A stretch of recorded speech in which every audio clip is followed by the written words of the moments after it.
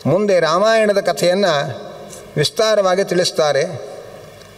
ಆ ರಾಮಾಯಣದ ವರ್ಣನೆಯನ್ನು ಸುಮಾರು ಒಂದು 5ನೇ ಅಧ್ಯಾಯದಿಂದ ಶುರು ಮಾಡಿದ್ರೆ 11ನೇ ಅಧ್ಯಾಯ ತನಕ ಹೇಳ್ತಾ ಹೋಗ್ತಾರೆ. ರಾಮಾಯಣದ ಕಥೆಯೆಲ್ಲ ನಿಮಗೆ ಪರಿಚಯ ಆಗಿರತಕ್ಕಂಥ ಕಥೆ ಅದು. ಆದರೂ ಕೂಡ ರಾಮಾಯಣದಲ್ಲಿ ಗಮನಿಸಬೇಕಾದ ಕೆಲವೊಂದು ಅಂಶಗಳನ್ನು ಮಾತ್ರ ಈ ಸಂದರ್ಭದಲ್ಲಿ ನಾನು ತಿಳಿಸ್ತಾ ಹೋಗ್ತೇನೆ.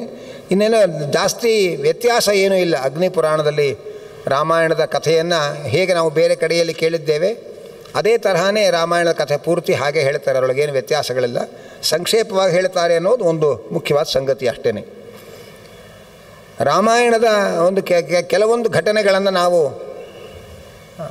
ಪರ್ಯಾಲೋಚನೆ ಮಾಡಿದಾಗ ಅದರಿಂದ ನಮಗೆ ತಿಳಿದು ಬರುವಂತಹ ಒಂದು ಅದ್ಭುತವಾದ ಸಂದೇಶಗಳೇನು ಅನ್ನುವುದನ್ನು ಮಾತ್ರ ನಿಮ್ಮ ಜೊತೆ ಹಂಚಿಕೊಳ್ಳಿಕ್ಕೆ ಪ್ರಯತ್ನ ಮಾಡ್ತೇನೆ. ಮೊಟ್ಟ ಮೊದಲಿಗೆ ರಾಮದೇವರು ಸೀತಾ ಅನ್ವೇಷಣೆ ಮಾಡುವ ಹಾಗೆ ಬರ್ತಾ ಇದ್ದಾರೆ. ಹನುಮಂತನ ಭೇಟಿಯಾಗಿದೆ, ಸುಗ್ರೀವನ ಭೇಟಿಯಾಗಿದೆ. ಅಲ್ಲಿ ಸುಗ್ರೀವ ರಾಮನಿಂದ ವಾಲಿಯ ಸಂಹಾರವನ್ನು ಮಾಡಿಸಿಕೊಂಡು ಕಪಿರಾಜ್ಯದಲ್ಲಿ ಪಟ್ಟಾಭಿಷಿಕ್ತ ಆಗಿದ್ದಾನೆ. ಮಳೆಗಾಲ ಕಳೆದ ಮೇಲೆ ಸೀತಾನ್ವೇಷಣೆಯನ್ನು ನಾನು ಮಾಡಿಕೊಡ್ತೇನೆ ಅಂತ ಮಾತು ಕೊಟ್ಟ. ಮಳೆಗಾಲ ಕಳೆಯಿತು, ಇನ್ನೂ ಸ್ವಲ್ಪ ದಿವಸ ಕಳೆಯಿತು. ಸುಗ್ರೀವ ರಾಮನ ಸೇವೆಯನ್ನು ಮಾಡುವ ಎಚ್ಚರ ಇಲ್ಲದೆ ಭೋಗದಲ್ಲಿ ಮುಳುಗಿದ್ದಾನೆ. ಹನುಮಂತ ಎಚ್ಚರಿಕೆ ಕೊಟ್ಟ, ರಾಮನಿಂದ ಉಪಕಾರವನ್ನು ಪಡೆದು ನೀನು ರಾಮನಿಗೆ ಪ್ರತಿಯಾಗಿ ಸೇರಿಸಬೇಕಾದ ಸೇವೆಯನ್ನು ಮಾಡುವುದಕ್ಕೆ ಮೈ ಮರೆತು ಕೂತಿದ್ದಿ. ನೀನಾಗೇ ನಿನ್ನ ಕರ್ತವ್ಯದ ಎಚ್ಚರವನ್ನು ತಂದುಕೊಂಡು ರಾಮನ ಸೇವೆಯಲ್ಲಿ ನಿನ್ನನ್ನು ತೊಡಗಿಸಿಕೊಂಡರೆ ಸರಿ. ಇಲ್ಲದೆ ಹೋದರೆ ಬಲ ಪ್ರಯೋಗ ಮಾಡಿ ನಿನ್ನ ಕೈಲಿ ನಾನು ರಾಮದೇವರ ಸೇವೆ ಮಾಡಿಸ್ಬೇಕಾಗತ್ತೆ ಅಂತ ಹನುಮಂತ ಗುಡುಗಿದ. ಅದೇ ಕಾಲಕ್ಕೆ ರಾಮದೇವರು ಲಕ್ಷ್ಮಣನನ್ನು ಕಳುಹಿಸಿಕೊಟ್ರು. ನರಸಿಂಹ ಪುರಾಣದಲ್ಲಿ ಬಹಳ ಸ್ವಾರಸ್ಯವಾಗಿ ಹೇಳ್ತಾರೆ. ರಾಮದೇವರು ಹೇಳಿ ಕಳಿಸಿದರು, ಲಕ್ಷ್ಮಣ ಇನ್ನೇನು ಜಾಸ್ತಿ ಏನು ವರದಿ ಹೇಳಬೇಡ, ಸಮಯ ಕಡಿಮೆ ಇರೋದು. ಏನು ಹೇಳು ಅಂದರೆ ಒಂದೇ ಮಾತು, ವಾಲಿಯನ್ನು ಕೊಂದ ಬಾಣ ವಾಪಸ್ ಬಂದು ನನ್ನ ಬತ್ತಳಿಕೆಯಲ್ಲೇ ಇದೆ, ಇಷ್ಟು ರಾಮದೇವರು ಹೇಳಿದ್ದಾರೆ ಅಂತ ಸುಗ್ರೀವನಿಗೆ ಹೇಳಿ ಸಾಕು ಅಂತ ಲಕ್ಷ್ಮಣನ ಕೈಯಲ್ಲಿ ಹೇಳಿ ಕಳಿಸ್ತಾರೆ. ಹೀಗೆ ಹನುಮಂತನ ಎಚ್ಚರಿಕೆ, ಲಕ್ಷ್ಮಣನ ಮೂಲಕ ರಾಮನ ಎಚ್ಚರಿಕೆ ಇದು ಬಂದ ಮೇಲೆ ಸುಗ್ರೀವ ತನ್ನ ತಪ್ಪನ್ನು ತಿದ್ದುಕೊಂಡು ತಾನು ರಾಮನಿಗೆ ಶರಣಾದ. ಮುಂದೆ ಸೀತಾನ್ವೇಷಣೆಯ ಪ್ರಯತ್ನಗಳನ್ನೆಲ್ಲ ಮಾಡ್ದ. ಇದು ಒಂದು ಕಥಾಭಾಗ. ಮುಂದೆ ದಕ್ಷಿಣ ದಿಕ್ಕಿಗೆ ಕಪಿಗಳ ತಂಡ ಹೋಯಿತು ಸೀತಾನ್ವೇಷಣೆಗೋಸ್ಕರ. ಜಾಂಬವಂತ, ಹನುಮಂತ, ನೀಲ, ತಾರ, ಅಂಗದ ಎಲ್ಲ ಗುಂಪಿನಲ್ಲಿದ್ದರು. 1 ತಿಂಗಳ ಒಳಗೆ ಸೀತೆಯ ಸುದ್ದಿ ತರಬೇಕು ಅಂತ ಅವರಿಗೆಲ್ಲ ಸುಗ್ರೀವ ಆಜ್ಞೆ ಮಾಡಿದ್ದ. ತಿಂಗಳು ಕಳೆದರೂ ಕೂಡ ಸೀತೆಯ ಸುದ್ದಿ ತಿಳಿಲಿಲ್ಲ. ಹಾಗೆ ಅನ್ವೇಷಣೆ ಮಾಡ್ತಾ ಹೋದಾಗ ಸಮುದ್ರ ತೀರದಲ್ಲಿ ಒಂದು ಅದ್ಭುತವಾದ ಬಿಲವನ್ನು ಕಂಡರು, ಗುಹೆಯನ್ನು ಕಂಡರು. ಆಗ ಅಲ್ಲೇ ಒಂದು ಮೀಟಿಂಗ್ ಆಯಿತು. ಅಂಗದ, ತಾರ ಅವರೆಲ್ಲ ಸೇರಿಕೊಂಡು ಒಂದು ವಿಚಾರ ಮಾಡಿದ್ರು. ನಾವು ಸುಗ್ರೀವ ಕೊಟ್ಟ ಅವಧಿ ಮೀರಿದ್ದೇವೆ. ಹಿಂದೆ ತಿರುಗಿ ಹೋದರೆ ಚಂಡಶಾಸನನಾದ ಸುಗ್ರೀವ ತನ್ನ ಅಣ್ಣನನ್ನೇ ಕೊಲ್ಲಿಸಿದವನು, ಅಂಥ ಉಗ್ರ, ನಮ್ಮನ್ನು ಸುಮ್ಮನೆ ಬಿಡೋದಿಲ್ಲ. ಹಿಂದೆ ಹೋಗಿ ಸುಗ್ರೀವನ ಕೈಯಲ್ಲಿ ಸಾಯೋ ಬದಲು ನಾವು ನಿಶ್ಚಿಂತೆಯಾಗಿ ಈ ಗುಹೆ ಒಳಗೆ ವಾಸ ಮಾಡಿಕೊಂಡು ನಮ್ಮದೇ ಆದ ಒಂದು ಖಲಿಸ್ತಾನ್ ರಾಜ್ಯ ಘೋಷಣೆ ಮಾಡಿಕೊಂಡು ಇದ್ದು ಬಿಡೋಣ. ನಮಗೆ ಇಲ್ಲಿ ನಾವು ವಾಸ ಮಾಡಿದರೆ ರಾಮನಿಗೂ ಗೊತ್ತಾಗಲಿಕ್ಕಿಲ್ಲ. ರಾಮ ನರ, ನಾವು ವಾನರ. ಅವನು ಹಾಗೇ ಇರಲಿ, ನಾವು ಹೀಗೆ ಇರೋಣ. ಅವನಷ್ಟಕ್ಕೆ ಅವನು, ನಮ್ಮಷ್ಟಕ್ಕೆ ನಾವು. ರಾಮದೇವರಿಗೆ ಇಲ್ಲಿದ್ದರೆ ಏನು ಗೊತ್ತಾಗೋದಿಲ್ಲ. ರಾಮನಿಂದ ನಮಗೇನಾಗಬೇಕಾಗಿದೆ, ನಮ್ಮಷ್ಟಕ್ಕೆ ನಾವು ಇದ್ದು ಬಿಡೋಣ ಅಂಥೇಳಿ ಪ್ರತ್ಯೇಕ ರಾಜ್ಯ ಸ್ಥಾಪನೆಯ ಕೂಗು ಮೊಟ್ಟ ಮೊದಲು ಬಂದದ್ದು ಅವತ್ತು. ಅದನ್ನು ಹತ್ತಿಕ್ಕಿದವನು ಹನುಮಂತ. ಇಬ್ಬರು ಕರ್ನಾಟಕದವರೇ, ಅದನ್ನು ಗಮನಿಸಬೇಕು. ಕರ್ನಾಟಕದಲ್ಲೇ ಪ್ರತ್ಯೇಕ ರಾಜ್ಯ ಸ್ಥಾಪನೆಯ ಕೂಗು ಬಂದದ್ದು. ಅದನ್ನು ಹತ್ತಿಕ್ಕಿದವನು ನಮ್ಮ ಕರ್ನಾಟಕದ ಹನುಮಂತ. ಹನುಮಂತ ಹೇಳ್ದ, ರಾಮ ಅಂದರೆ ಯಾರು ಅಂತ ತಿಳ್ಕೊಂಡಿದ್ದೀರಿ? ಯಾರೋ ನಿಮ್ಮ ಮನೆ ಎದುರುಗಡೆ ಇರೋ ರಾಮಮೂರ್ತಿ, ರಾಮರಾವು ಅಂತ ತಿಳ್ಕೊಂಡಿದ್ದೇನು? ಸಾಕ್ಷಾತ್ ವಿಷ್ಣು ಅವನು. ಅವನು ನಿಮ್ಮ ಒಳಗೆ ತುಂಬಿಕೊಂಡಿದ್ದಾನೆ. ರಾಮನ ಸೇವೆ ಮಾಡದೇ ಬದುಕೋದು, ರಾಮನಿಗೆ ಗೊತ್ತಾಗದೇ ಇರೋ ಹಾಗೆ ಬದುಕೋದು, ಈ 2 ದುರಾಲೋಚನೆ ನಿಮ್ಮಲ್ಲಿ ತುಂಬಿಕೊಂಡಿದೆ. ನಿಮ್ಮ ಕರ್ತವ್ಯದ ಕಡೆಗೆ ನೀವು ನಿಮ್ಮನ್ನು ಪ್ರವೃತ್ತಿಗೊಳಿಸಿಕೊಂಡ್ರೆ ಸರಿ. ಇಲ್ಲದೆ ಹೋದರೆ ನಾನು ಬಲಪ್ರಯೋಗ ಮಾಡಿ ನಿಮ್ಮನ್ನು ದಂಡಿಸಬೇಕಾಗತ್ತೆ, ನಿಮ್ಮ ಕರ್ತವ್ಯದಲ್ಲಿ ನಿಮ್ಮನ್ನು ತೊಡಗಿಸಬೇಕಾಗತ್ತೆ ಅಂತ ಹನುಮಂತ ಅಲ್ಲಿ ಎಚ್ಚರಿಕೆ ಕೊಟ್ಟ. ಅವರು ಅಂದುಕೊಂಡರು, ಹಿಂದೆ ಹೋದರೆ ಸುಗ್ರೀವನ ಕೈಯಲ್ಲಿ ಸಾವು, ಮುಂದೆ ಹೋದರೆ ಸಮುದ್ರದಲ್ಲಿ ಬಿದ್ದು ಸಾವು, ಸುಮ್ಮನೆ ಇದ್ದರೆ ಹನುಮಂತನ ಕೈಯಲ್ಲಿ ಸಾವು. ನಮಗೆ ಜೀವನದ ಭದ್ರತೆಗಿಂತ ಮರಣದ ಆಶ್ವಾಸನೆಯೇ ಜಾಸ್ತಿ ಆಗ್ತಾ ಇದೆ ಅಂತ ಗಾಬರಿ ಆಯಿತು. ಧೃತ ಮೂಕ ಭಾವ, ಏನೂ ಮಾತನಾಡದೆ ಅವರು ರಾಮನ ಸೇವೆಯಲ್ಲಿ ತಮ್ಮನ್ನು ತೊಡಗಿಸಿಕೊಂಡರು. ಇದು 2 ಪ್ರಕರಣಗಳು. ಇದು ನಮ್ಮದೇ ಒಂದು ಜೀವನದ ಕಥೆ. ಇದು ನಾವು ಕೂಡ ಭಗವಂತನಿಂದ ಎಲ್ಲವನ್ನು ಪಡೀತೇವೆ. ಆದರೆ ಭಗವಂತನಿಗಾಗಿ ನಾವು ಸಲ್ಲಿಸಬೇಕಾದ ನಮ್ಮ ಕರ್ತವ್ಯದ ಸೇವೆಯನ್ನು ಮರೆತು ಭೋಗದಲ್ಲಿ ಮುಳುಗಿ ಭಗವಂತನನ್ನು ಮರಿತೇವೆ. ಸುಗ್ರೀವನಿಗೆ ವಾಲಿಯ ಭಯದಿಂದಲೇ ಬದುಕಿದ ಸುಗ್ರೀವ, ವಾಲಿ ಸಂಹಾರ ಆಯಿತು, ಸಮೃದ್ಧವಾದ ಕಪಿರಾಜ್ಯ ಸಿಕ್ತು, ರಾಜ್ಯ ಭೋಗದಲ್ಲಿ ಮುಳುಗಿದ, ಕರ್ತವ್ಯದ ಎಚ್ಚರ ಕಳೆದುಕೊಂಡ. ಹಾಗೆ ಭೋಗದಲ್ಲಿ ಮುಳುಗಿ ಕರ್ತವ್ಯದ ಎಚ್ಚರವನ್ನು ಕಳಕೊಂಡಂತಹ ಸುಗ್ರೀವನಿಗೆ ಮತ್ತು ರಾಮನ ಸೇವೆಯೇ ಮಾಡದೆ ನಮ್ಮಷ್ಟಕ್ಕೆ ನಾವು ಸುಖವಾಗಿ ಇದ್ದು ಬಿಡೋಣ ಅಂತ ಅನ್ನುವಂತಹ ಕಪಿಗಳ ಆಲೋಚನೆ, ಇದೆರಡನ್ನೂ ಕೂಡ ಹನುಮಂತ ಖಂಡಿಸಿದ್ದಾನೆ.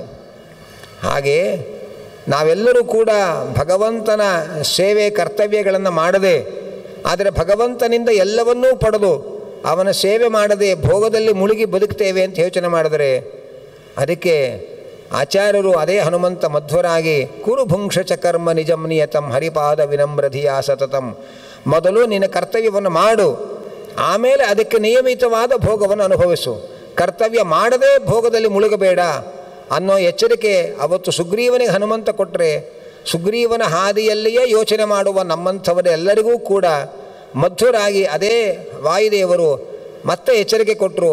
ನೀವು ಕರ್ತವ್ಯವನ್ನು ಮಾಡದೆ ಭೋಗದಲ್ಲಿ ಮುಳುಗಬೇಡ್ರಿ, ಮೊದಲು ಕರ್ತವ್ಯ ಮಾಡಿರಿ. ಕರ್ತವ್ಯ ಮಾಡುವಾಗ, ಭೋಗವನ್ನು ಅನುಭವಿಸುವಾಗ ಇದು ದೇವರ ಪ್ರೇರಣೆಯಿಂದ ಅನ್ನೋ ಎಚ್ಚರ ಇರಲಿ, ದೇವರಿಗೋಸ್ಕರ ಅನ್ನೋ ಎಚ್ಚರ ಇರಲಿ. ಹಾಗೆ ಅಂತ ನಮಗೆ ಮಧ್ವಾಚಾರ್ಯ ತಿಳಿಸಿಕೊಟ್ಟಿದ್ದಾರೆ. ಇದು ಒಂದು ಘಟ್ಟ. ಮತ್ತೊಂದು ಬಹಳ ರೋಚಕವಾದ ಸಂಗತಿ ಅಂತಂದರೆ, ಮಾಯಾಮೃಗವಾಗಿ ಮಾರೀಚ ಬರ್ತಾನೆ. ಶೂರ್ಪಣಖೆ ತಾನು ರಾಮನನ್ನು ವಿವಾಹವಾಗಬೇಕು ಅಂತ ಬಯಸಿ ಲಕ್ಷ್ಮಣನ ಕೈಯಿಂದ ರಾಮನ ಆದೇಶದಂತೆ ಕಿವಿಮೂಗುಗಳನ್ನು ಕಳ್ಕೊಳ್ತಾಳೆ. ಆಗ ಅಸಹನೆಯಿಂದ ರಾವಣನ ಮುಂದೆ ಹೋಗ್ತಾಳೆ.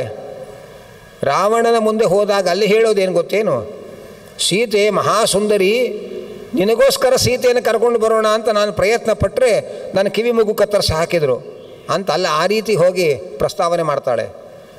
ಜೊತೆಯಲ್ಲಿ ರಾವಣನನ್ನು ಚೆನ್ನಾಗಿ ಬೈತಾಳೆ. ಆ ಬೈಯೋ ಮಾತಿನಲ್ಲಿ ಬಹಳ ಮಾರ್ಮಿಕವಾದ ಕೆಲವು ಅಂಶಗಳಿದೆ. ಶೂರ್ಪಣಖೆ ಹೇಳ್ತಾಳೆ, ನೀನು ಎಂಥ ರಾಜ, ದೊಡ್ಡ ರಾಜ ಅಂತ ಮೆರಿತಾ ಇದ್ದಿ, ಬರೀ ಕಾಮ ಭೋಗಗಳಲ್ಲಿ ಮುಳುಗಿ ಹೋಗ್ತಾ ಇದ್ದಿ, ನಿನ್ನ ದೇಶದ ಭಾಗದಲ್ಲಿ ಏನಾಗ್ತಾ ಇದೆ ಅನ್ನೋ ಎಚ್ಚರ ಇಲ್ಲ ನಿನಗೆ. ಒಬ್ಬನೇ ಒಬ್ಬ ರಾಮ ಅನ್ನುವವನು 14,000 ರಾಕ್ಷಸರನ್ನು ಕೊಂದಿದ್ದಾನೆ, ನಿನಗಿದರ ಇನ್ಫಾರ್ಮೇಷನ್ನೇ ಇಲ್ಲ. ನಿನಗೆ ನಿನ್ನ ದೇಶದ ಗೂಢಚರ್ಯ ವ್ಯವಸ್ಥೆ ಅದು ಕುಲಗೆಟ್ಟು ಹೋಗಿದೆ.